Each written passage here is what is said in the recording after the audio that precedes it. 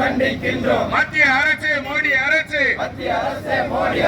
வாபஸ் வாங்கு வாபஸ் வாங்கு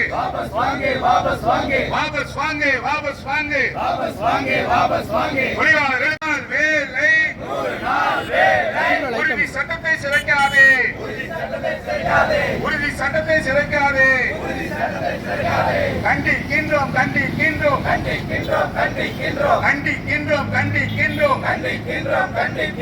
ஒன்றிய அரசின் மோடி அரசின்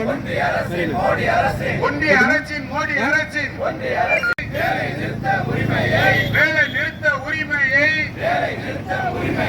பாதிக்கின்ற சட்டத்தை கண்டிக்கின்றோம்.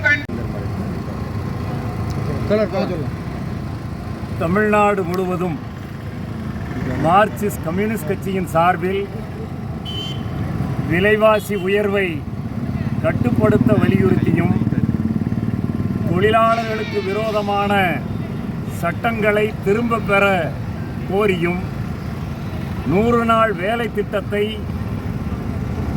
பெயரை மாற்றி அந்த சட்டத்தையே சீர்குலைய செய்யும் மோடி அரசாங்கத்தை கண்டித்து 300க்கும் மேற்பட்ட இடங்களில் ஆர்ப்பாட்டங்கள் நடைபெறுகிறது. விலைவாசி உயர்வை பொறுத்த வரைக்கும் கடந்த 1 மாத காலத்திற்கு மேலாக கடுமையாக பெட்ரோல், டீசல், சமையல் எரிவாயு விலைகள் உயர்த்தப்பட்டிருக்கிறது. பெட்ரோலிய பொருட்கள் விலை உயர்வு காரணமாக சந்தையில் அனைத்து பொருட்களுடைய விலையும் மிக கடுமையாக உயர்ந்திருக்கிறது. லாரி உரிமையாளர்கள் கூடி 25% அளவுக்கு சரக்கு கட்டணத்தை உயர்த்துவதாக அறிவித்திருக்கிறார்கள்.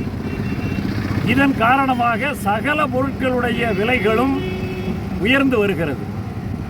சர்வதேச மார்க்கெட்டில் கச்சா எண்ணெய் விலை உயர்வு காரணமாக பெட்ரோல், டீசல், சமையல் எரிவாயு விலை உயர்த்தப்படுவதாக ஒன்றிய அரசாங்கம் பெட்ரோலியத்துறை அமைச்சகம் அறிவித்தது.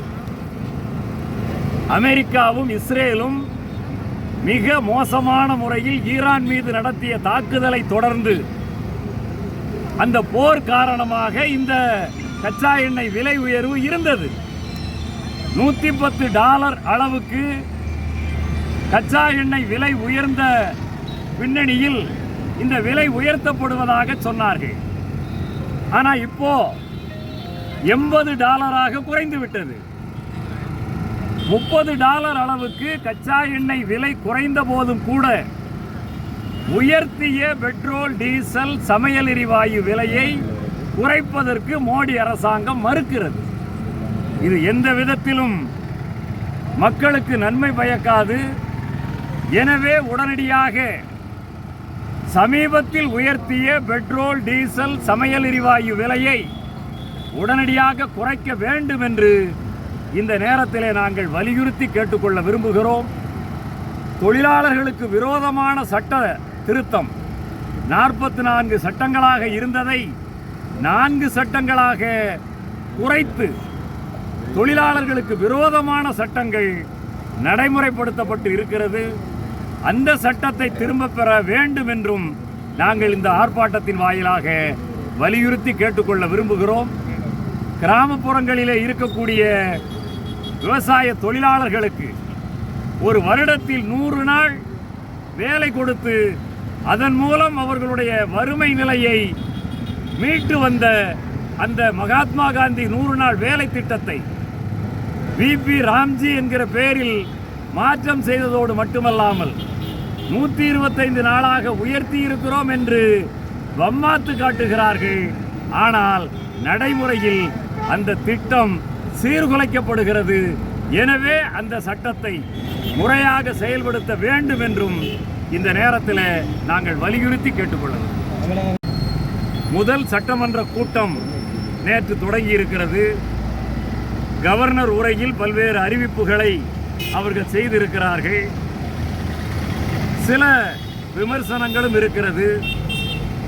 தமிழ்நாடு அரசாங்கம் பட்ஜெட் கூட்டத்தொடரை அடுத்து நடத்த இருக்கிறது. பட்ஜெட் கூட்டத்தொடரில் பட்ஜெட்டில் அவர்கள் என்ன அறிவிக்கிறார்கள் என்பதை பொறுத்து இது போன்ற மகளிர் உரிமை தொகை உயர்வோ அல்லது இலவச பேருந்து நீட்டிப்போ அல்லது 6 சிலிண்டர் போன்ற விஷயங்களோ என்ன வரும் என்று எதிர்பார்க்கலாம். அதற்கு பின்பு என்ன என்பதை நாம் பேசலாம். பேர் posting K Arjunan, Marxist communist கட்சி மாநில செயற்குழு உறுப்பினர்.